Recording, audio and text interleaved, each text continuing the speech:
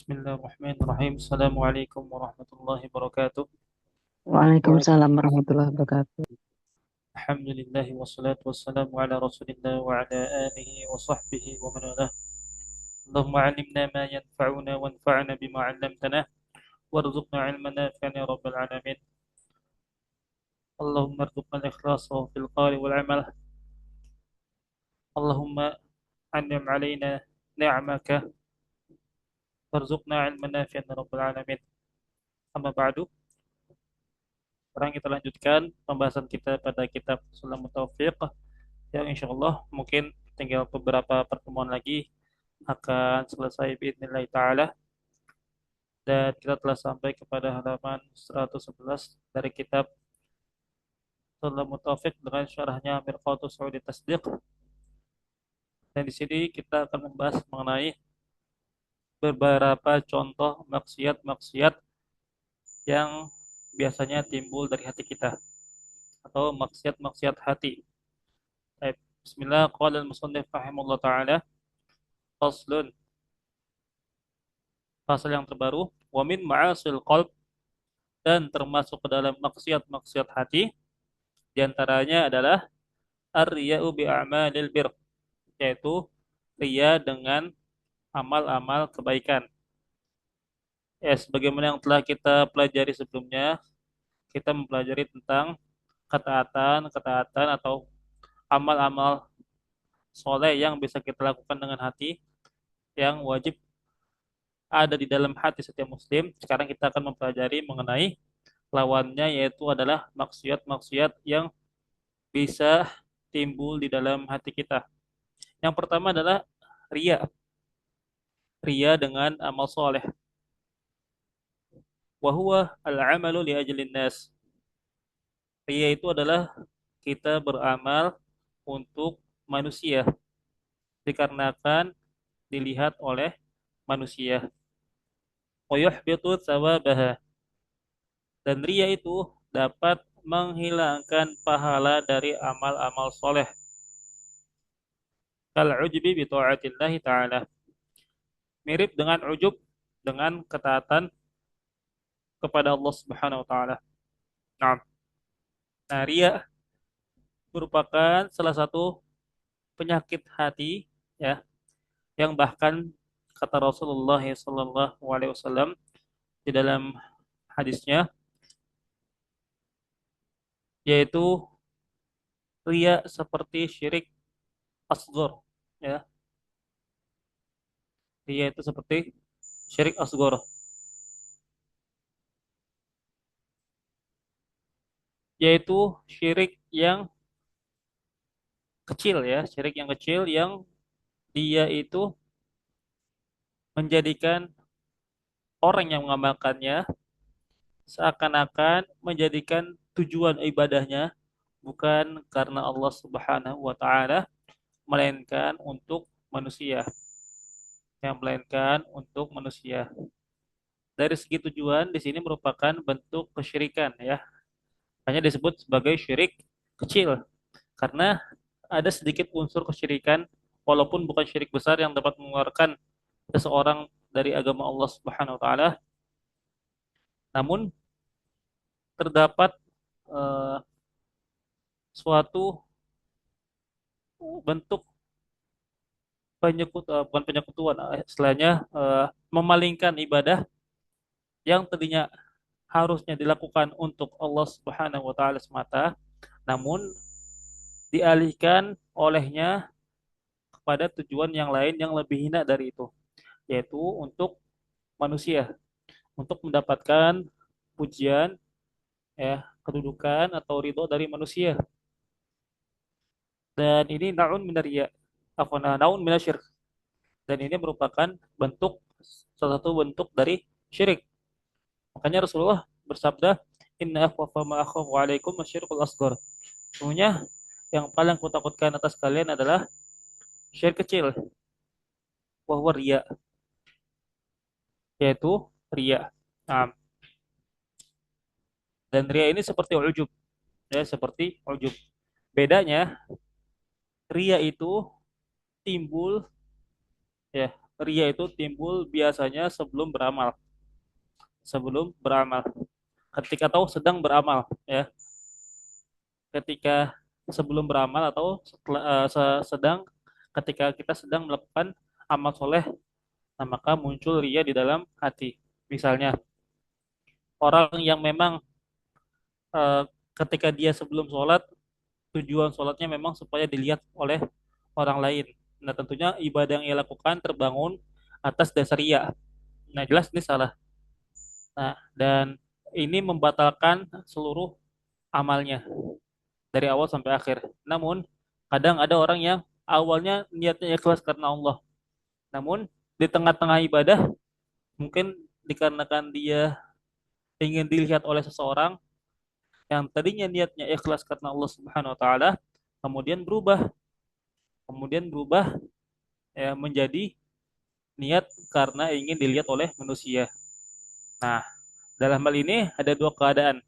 Kalau seandainya ketika muncul rasa ria di dalam hatinya, kemudian dia buru-buru menghilangkan, ya buru-buru eh, menjauhi pemikiran tersebut, menghilangkan, berusaha tidak berpikiran seperti itu, nah maka niscaya amal amal yang dilakukannya ini itu tetap mendapatkan pahala, ya, tetap mendapatkan pahala.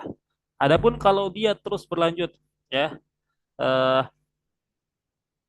tenggelam di dalam riaknya, apabila ia terus berlanjut tenggelam di dalam riaknya, maka di sini para ulama berbeda pendapat apakah dia tetap mendapatkan pahala dikarenakan awalnya ya niatnya itu ikhlas, namun di tengah-tengah kemudian berubah menjadi ria.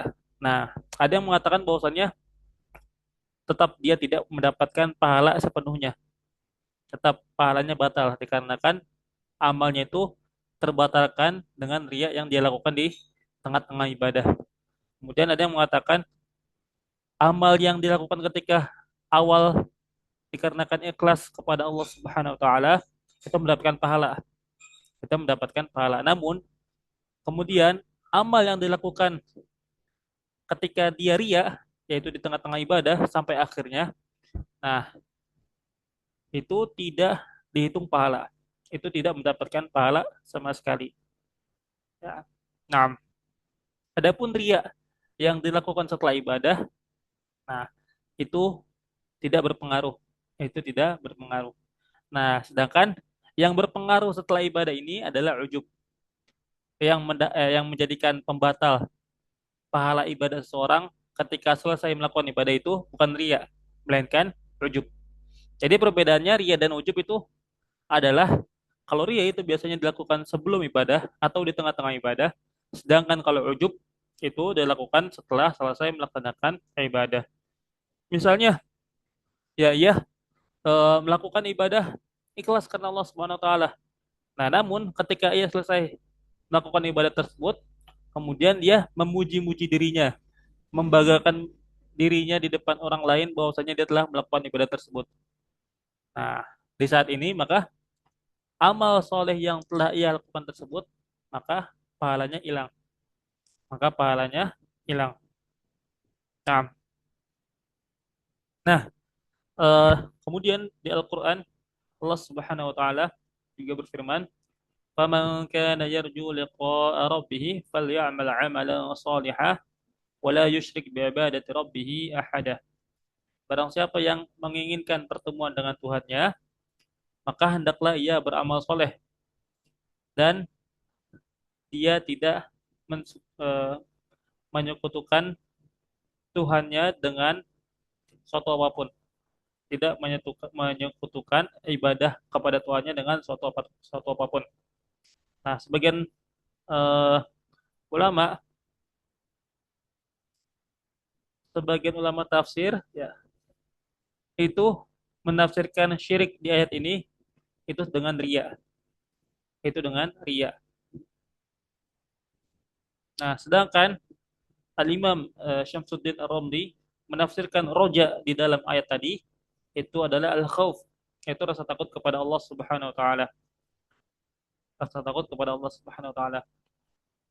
Karena ibadah itu dibangun dengan tiga pondasi.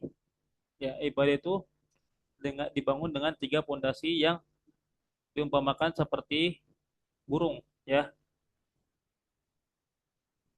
ada yang namanya roja, kemudian khauf, kemudian mahabbah.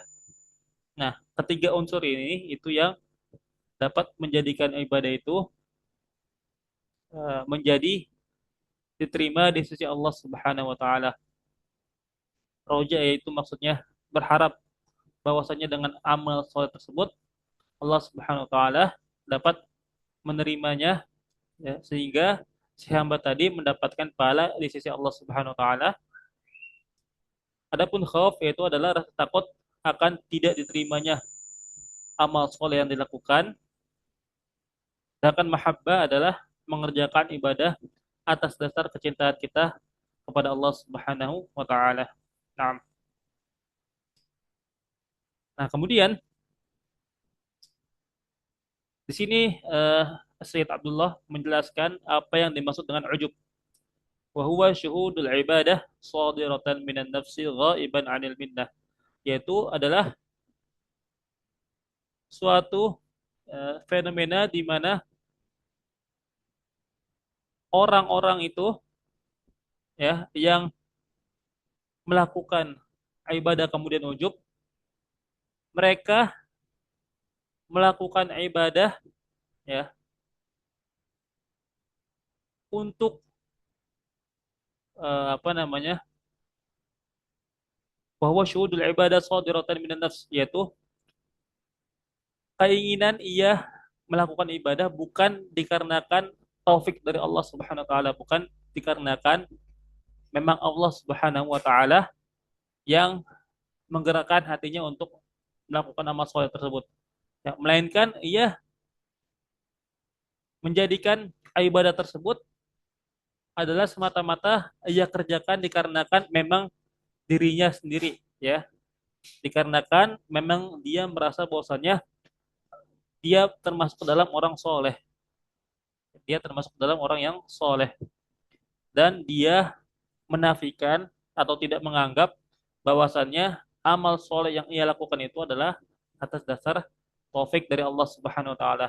Dia menyandarkan amal soleh tersebut kepada dirinya dengan bangganya. Seakan-akan dikarenakan dirinya lah, ya, dia dapat beramal soleh seperti itu. Nah, wasyakku fillah, ya. Kemudian penyakit hati yang lainnya selain ria adalah ragu terhadap Allah Subhanahu wa taala.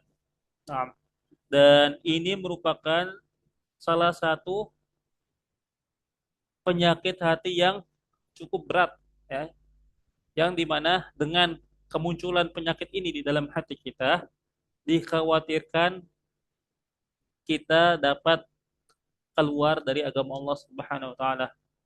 Dengan kemunculan keraguan kepada Allah Subhanahu wa taala dalam diri kita, maka ditakutkan, ya, ditakutkan ini menjadi pembatal keislaman kita. Sebagaimana yang telah kita pelajari bahwasannya di antara pembatal Islam adalah keraguan terhadap Allah Subhanahu wa taala. Dan keraguan di sini yaitu baik ragu terhadap ketuhanannya Allah Subhanahu wa taala, bahwasanya Allah Subhanahu wa taala adalah Tuhan yang Maha Esa, atau ragu, ya, terhadap kerububiyahnya Allah Subhanahu wa taala, bahwasanya Allah lah yang mengatur alam semesta ini, Allah lah yang menurunkan hujan, ya, memberikan rezeki, mematikan dan menghidupkan, membangkitkan di hari kiamat kelak, dan atau ragu terhadap nama-nama dan sifat-sifat Allah Subhanahu wa taala, yang dimana Allah Subhanahu wa taala itu menyebutkan, ya, nama-nama Allah Subhanahu wa taala yang indah dan juga sifat-sifat Allah Subhanahu wa taala yang tinggi, baik di Al-Qur'an maupun di hadis-hadis Rasulnya. Nah, dan ini termasuk ke dalam pembatal keislaman. Atau bahkan ragu terhadap adanya Allah Subhanahu wa taala. Ya, dia ragu-ragu Allah Subhanahu wa taala ada atau tidak. Nah, ya, itu juga dapat mengeluarkan dirinya dari keislaman dengan hadirnya keraguan di dalam hatinya mengenai Allah Subhanahu wa taala. Kemudian wal amnu mim makrillah. Kemudian penyakit hati yang lainnya adalah merasa aman dari makarnya Allah Subhanahu wa taala. Maksudnya merasa aman dari azabnya Allah Subhanahu wa taala. Ya. Dan ini salah satu penyakit hati yang mungkin kebanyakan kaum muslimin di zaman sekarang itu terdampak dengan penyakit hati ini. Dikarenakan banyak kita lihat ya beberapa kaum muslimin di zaman sekarang yang mereka itu terang-terangan dalam melakukan maksiat kepada Allah Subhanahu wa taala, bahkan dalam menghina agama Allah Subhanahu wa taala, dan tentunya tidak semuanya, hanya beberapa yang terjatuh ke dalam penyakit hati ini. Dan dia setelah melakukan maksiat dengan bangganya, kemudian dia menantang Allah Subhanahu wa taala. Dia merasa aman, dia merasa bahwasanya apa yang ia lakukan itu tidak akan membawa murkanya Allah Subhanahu wa taala. Allah tidak akan marah, Allah tidak akan mengadab dirinya, dan dengan Allah Subhanahu wa taala tunda azabnya dia, bukan berarti dia tidak akan diazab oleh Allah Subhanahu wa taala. Mungkin ya itu merupakan suatu istidraj, ya, suatu istidraj dari Allah Subhanahu wa taala. Allah mengulur waktu untuknya sehingga ia dapat disiksa di hari kiamat kelak dengan siksaan yang sangat pedih. Nasallahu salamata wal afiyah. Nah, oleh karena itu, jangan sampai muncul dalam hati kita ketika kita bermaksud kepada Allah Subhanahu wa taala, kita menantang Allah seakan-akan kita meremehkan Allah, bahwasanya Allah Subhanahu wa taala tidak mampu atau tidak bisa untuk mengirimkan azab kepada kita. Kemudian wal qunutu min rahmatillah, yaitu merasa tidak butuh ya, atau uh, merasa tidak butuh atau merasa putus asa dari rahmat Allah Subhanahu wa taala. Dan ini tidak boleh ya. Dan ini salah satu hal yang dapat membatalkan keislaman seseorang juga. Karena kan Allah Subhanahu wa taala berfirman di dalam Al-Qur'an, "Qul ya ibadiyalladzina asrafu ala anfusihim la taqnatu min rahmatillah." Katakanlah katakanlah wahai Muhammad, wahai orang-orang yang telah melampaui batas atas diri-diri mereka, janganlah kalian berputus asa, merasa tidak butuh ya, dari rahmat Allah Subhanahu wa taala. Kata Allah, "Innallaha yaghfiru dzunuba jami'a."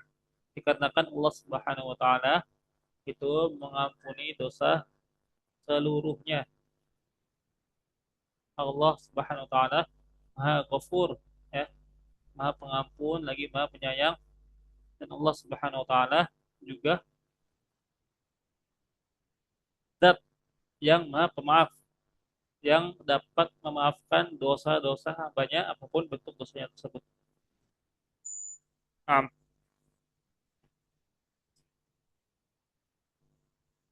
kemudian eh,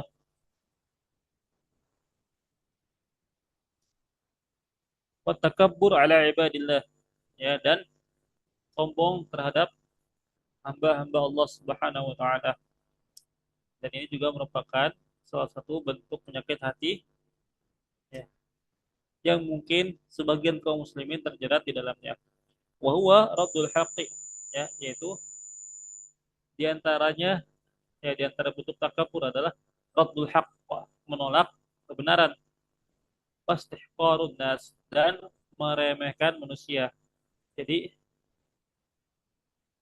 di antara bentuk takabur itu adalah menolak kebenaran. Misalnya ketika seorang jatuh dalam kesalahan, kemudian ada saudaranya yang menasihatinya agar ia kembali ke jalan yang benar, ya, agar ia bertaubat.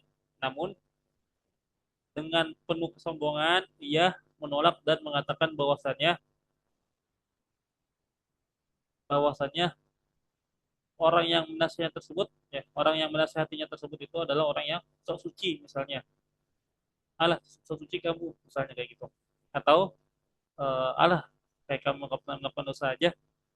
Nah, dengan dia mengatakan hal tersebut, ya maka dia telah terjatuh ke dalam penyakit hati yang disebut dengan takabur dalam bentuk penolakan kebenaran. Atau misalnya ketika seorang salah dalam suatu pendapat yang pendapatnya itu misalnya keluar dari ketentuan Al-Quran dan Sunnah, kemudian diberikan pendapat yang benar yang sesuai dengan Al-Quran dan Sunnah, namun dia menolaknya, ya maka itu juga termasuk salah satu bentuk takabur.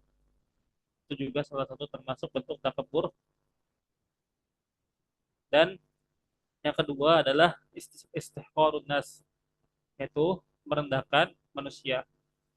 Dan ini banyak bentuknya ya, seperti misalnya menganggap bahwasanya orang yang memiliki harta yang lebih dikit dari dirinya itu merupakan orang-orang yang rendah, orang-orang yang hina. Nah, itu merupakan bentuk takabur juga. Nah, kemudian di sini dijelaskan oleh Syed Abdullah ya contoh dari takabur itu. Wa ru'yatuhu annahu khairun min katsirin min khalqillah. Ya. Dan di antara bentuk takabur juga ya adalah menganggap bahwasanya dirinya itu adalah lebih baik atau bahkan paling baik dari kebanyakan hamba-hamba Allah Subhanahu wa taala, dari kebanyakan makhluk-makhluk Allah Subhanahu wa taala. Dia merasa bahwasanya dirinya lah yang paling superior, yang paling utama dalam hal ketaatan kepada Allah Subhanahu wa taala. Kemudian di antara penyakit hati yang lainnya adalah wal haqd, yaitu adalah hasad, ya hasad. Wa huwa tatmaru adawati idza amila bimuqtadahu wa lam yakrahu, yaitu adalah dia menyembunyikan kebencian, permusuhan, ya seseorang yang menyembunyikan kebencian atau permusuhan apabila apabila ada orang yang mengamalkan ya sesuatu eh, berupa perintah ibadah misalnya ya, berupa perintah ibadah, namun orang tersebut ya, bukannya dia merasa senang ya, bukannya dia merasa senang bahwasannya eh, bahwasannya ada orang yang melakukan ibadah ya, malahan dia merasa tidak senang, malahan dia merasa tidak tidak senang. Ya, kemudian atau bentuk lainnya contohnya adalah eh, misalnya ada seorang yang melakukan suatu perbuatan ya, melakukan suatu perbuatan yang dia itu eh, yang dia itu ketika orang lain melakukan perbuatan tersebut dia hatinya tidak merasa nyaman, hatinya merasa ada eh, kejanggalan yang dia tidak senang melihat saudaranya yang melakukan suatu perbuatan ya, terutama perbuatan yang bersifat misalnya menolong orang lain ya, yang bersifat menolong orang lain dan derajatnya ya orang ini ya dia hanya menyimpannya di dalam hati, tidak menampakkan kebenciannya itu kepada orang yang mengerjakannya tersebut. Jadi hanya disimpan di dalam hati. Ya, jadi haqad itu mirip seperti hasad, namun kita akan lihat perbedaannya nanti. Wal hasad, adapun hasad, wahwa karahiyatu ya, yaitu adalah suatu kebencian. Karahiyatun ni'mah lil muslim wastisqaluha idza lam yakrahu aw amila bimuqtadahu. Yaitu adalah eh, suatu kebencian, ya, akan nikmat yang didapatkan oleh seorang muslim apabila Allah Subhanahu wa taala yang mendapatkan nikmat apabila Allah Subhanahu wa taala memberikan nikmat kepada hambanya, pada seorang muslim, ya, kemudian ada seorang yang merasa benci, ya, iri akan hal itu, dan ia merasa berat hatinya, ya, apabila, ya, orangnya ini, ya, yang mendapatkan nikmat tersebut, dia malah bersyukur kepada Allah, ya, dia malah bersyukur kepada Allah dan apa namanya, menggunakan nikmat tersebut untuk ketaatan kepada Allah Subhanahu wa taala, dan menggunakan nikmat tersebut untuk ketaatan kepada Allah Subhanahu wa taala. Nah, dan ini adalah bentuk hasad. Ya, tadi kalau hakat itu pada suatu eh, kebencian hati yang ditampakkan, ya. Jadi menampak apa namanya, menyembunyikan permusuhan di dalam hati, ya, namun tidak menampakkannya di depan orangnya. Adapun kalau hasad itu adalah eh, kebencian melihat seorang muslim itu mendapatkan nikmat dari Allah Subhanahu wa taala. Kebencian, ya, yang ada pada hati seorang muslim akan nikmat yang Allah Subhanahu wa taala berikan kepada saudaranya. Kemudian wal mannu bis sadaqah. Dan di antara penyakit hati adalah alman, yaitu adalah menyebut-nyebut, ya, menyebut-nyebut sedekah.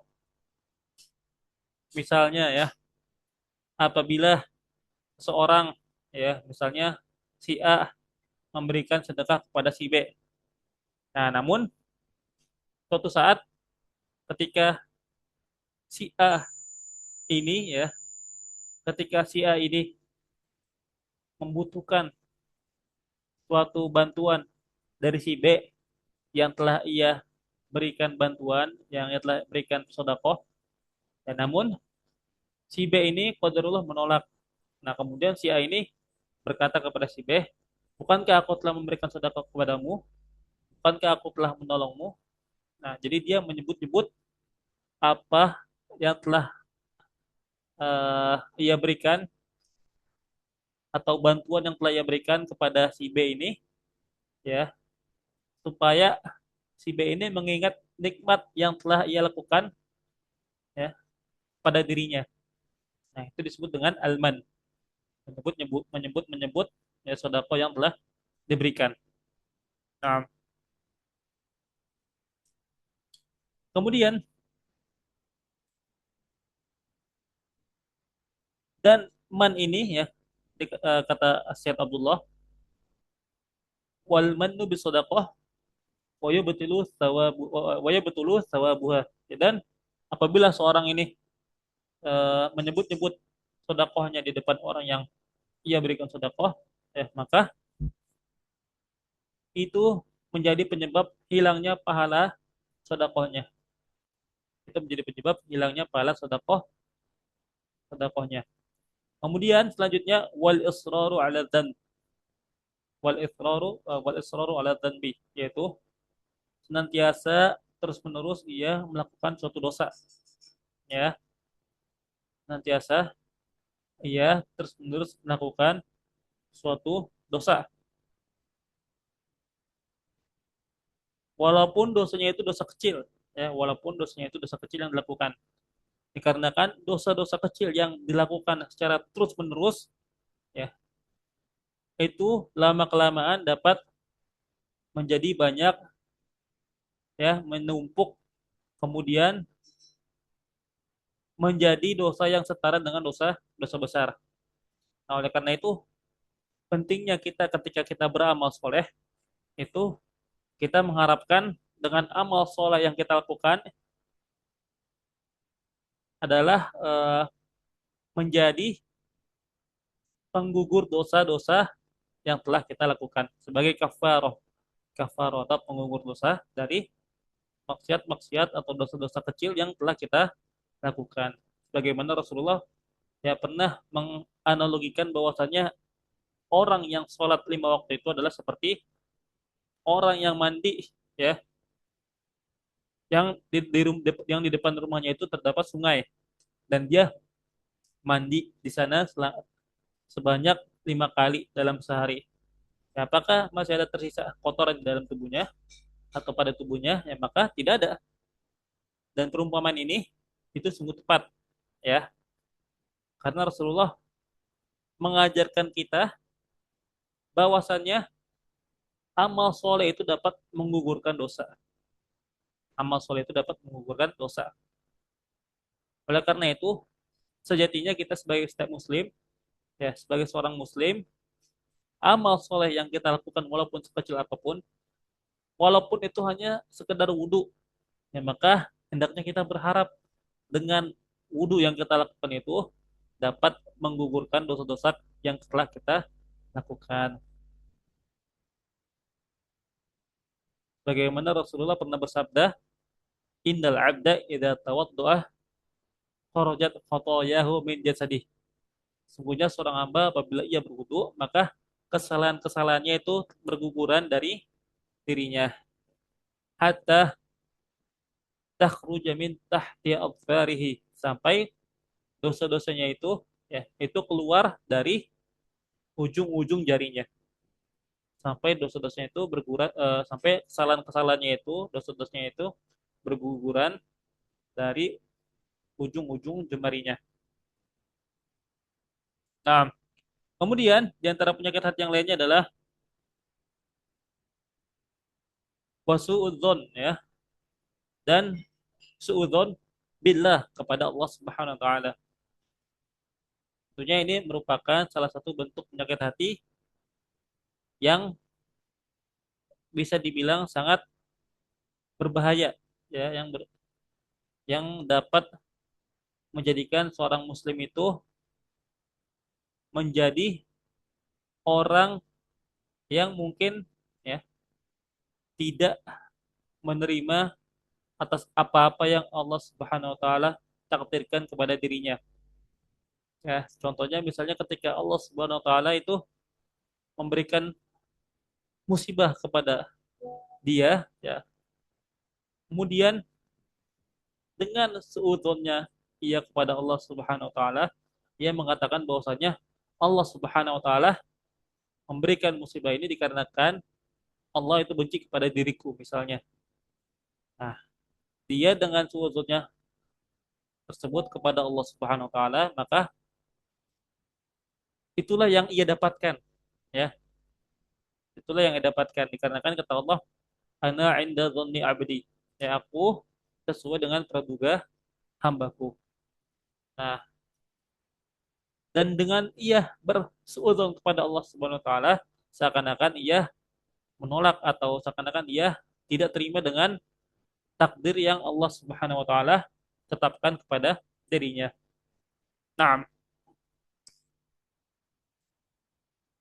kemudian selain suudzon kepada Allah Subhanahu wa taala, wa bi ibadillah, dan juga suudzon kepada hamba-hamba Allah Subhanahu wa taala.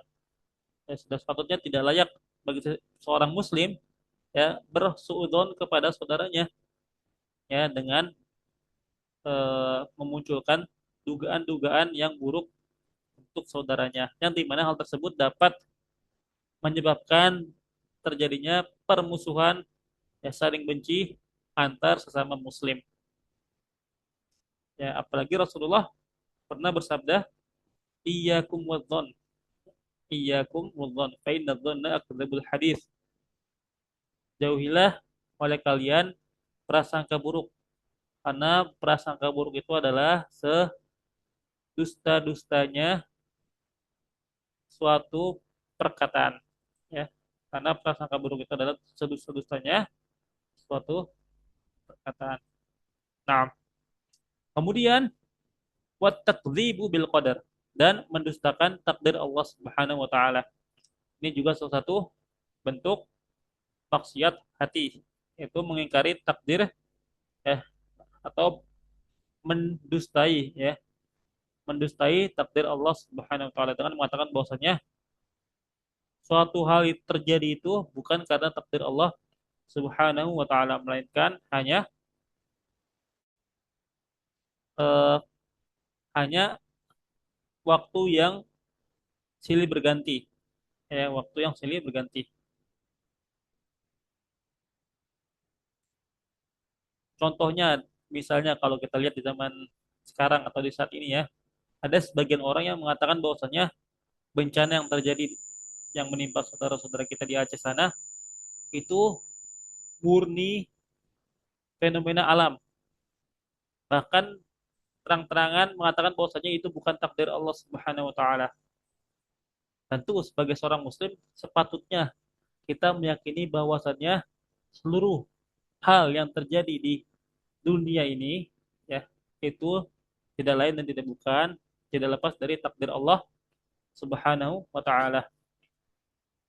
Dikarenakan dengan kita mengingkari takdir Allah Subhanahu wa taala, ya kita paling tidak itu jatuh ke dalam suatu akidah yang bid'ah, yaitu seperti akidah Qadariyah ya.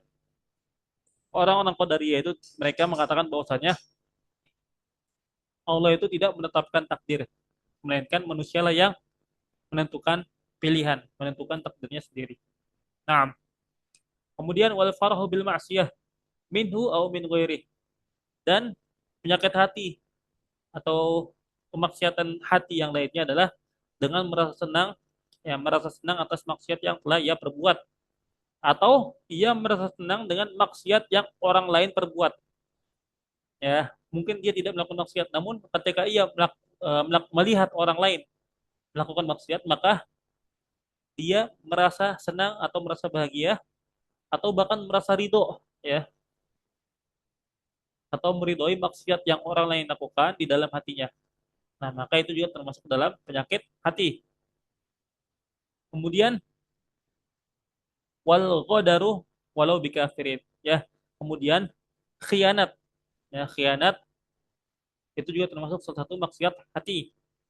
Walaupun kita berkhianat kepada orang kafir, ya tetap walaupun orang kafir, maka kita tetap harus menjaga perjanjian-perjanjian yang telah dibuat dengan orang orang kafir. Tidak boleh seorang muslim melanggar peraturan ya, yang telah dibuat antara ia dengan orang-orang kafir. Dikarenakan khianat ini merupakan salah satu ciri-ciri kemunafikan ya, ciri-ciri kemunafikan atau disebut dengan nifak amali ya, nifak yang bersifat atau munafik yang bersifat amal. Bagaimana kata Rasulullah ya, eh, sungguhnya tanda kemunafikan itu ada tiga. Idza haddatsa kadzaba, kata Rasulullah, ayatul munafik salasa. Tanda munafik itu ada tiga. Ayatul munafik salasun. Tanda kemunafikan itu ada tiga. Idza haddatsa kadzaba, apabila ia berbicara maka ia berdusta. Wa idza wa'ada akhlafa, dan apabila ia berjanji maka ia akan mengingkarinya. Wa idza qasama fajara, wa idza atumina khana, wa idza atumina khana, dan apabila ia diberikan amanat maka ia khianat, dan apabila ia diberikan amanat maka ia khianat. Nah, itu merupakan salah satu ciri-ciri kemunafikan. Nah, kemudian wal makr, dan juga bentuk makar ya, tipu daya, itu juga merupakan salah satu bentuk maksiat-maksiat hati. Wabuk sahabati wal ali was salihin, dan juga benci kepada para sahabat Rasulullah sallallahu alaihi wasallam radhiyallahu anhum ajma'in, wal al, dan juga kepada keluarganya Rasulullah sallallahu alaihi wasallam, was salihin, dan juga orang-orang saleh. Itu juga merupakan penyakit-penyakit yang timbul dari hati. Wal bukhlu bima aujaballah, dan juga pelit ya, atau eh,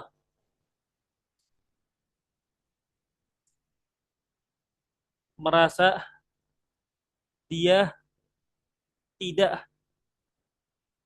harus untuk ya mengeluarkan sebagian hak-hak orang lain yang ada pada dirinya, yang atau yang ada pada hartanya, ya.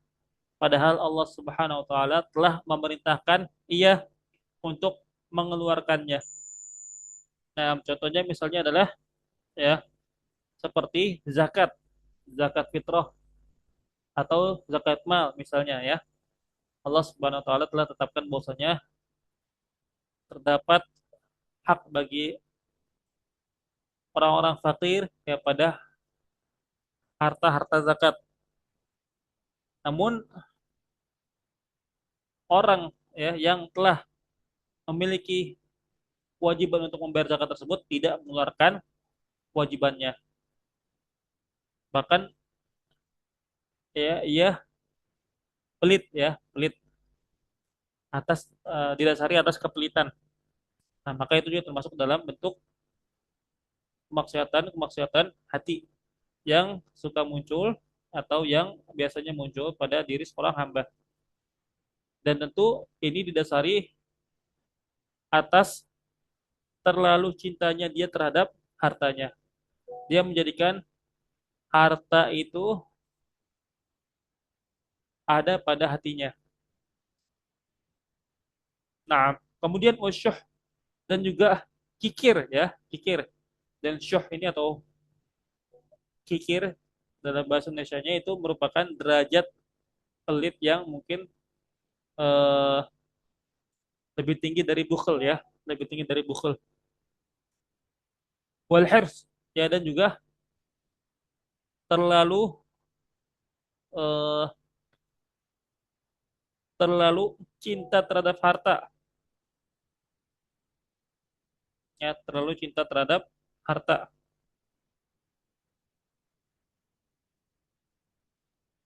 dan terlalu berusaha untuk mendapatkan dunia. Itu juga termasuk dalam maksiat-maksiat hati. Kemudian wal istihanatu bima azzamallah, dan merendahkan apa-apa saja yang Allah Subhanahu wa taala agungkan. Ya, merendahkan apa-apa aja yang Allah Subhanahu wa taala itu agungkan. Contohnya misalnya Allah Subhanahu wa taala mengagungkan ya berbagai macam ibadah ya, syiar-syiar Islam, contohnya misalnya azan. Dan namun dengan ia merendahkan azan, nah maka itu juga termasuk dalam maksiat hati dan lain sebagainya.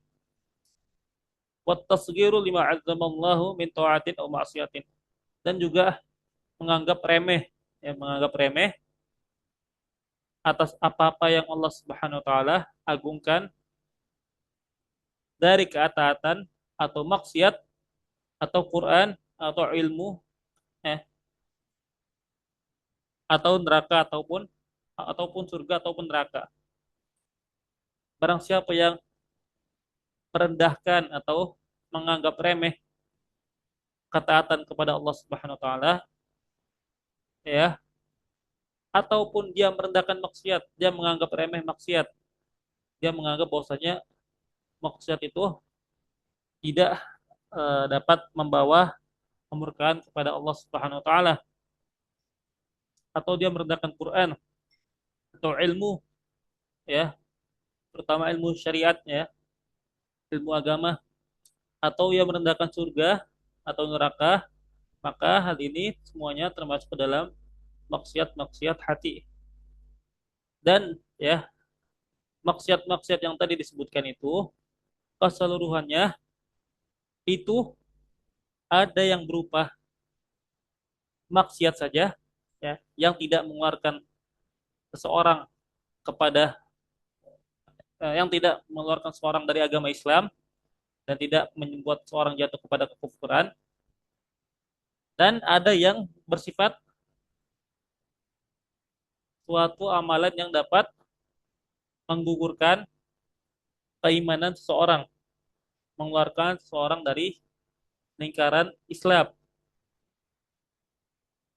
Jadi perlu kita garis bawahi bahwasannya maksiat-maksiat hati itu, ya ini jadi kesimpulannya, maksiat-maksiat hati itu yang dapat kita temui mungkin di dalam diri kita atau diri orang lain, itu dapat berupa maksiat yang dapat mengeluarkan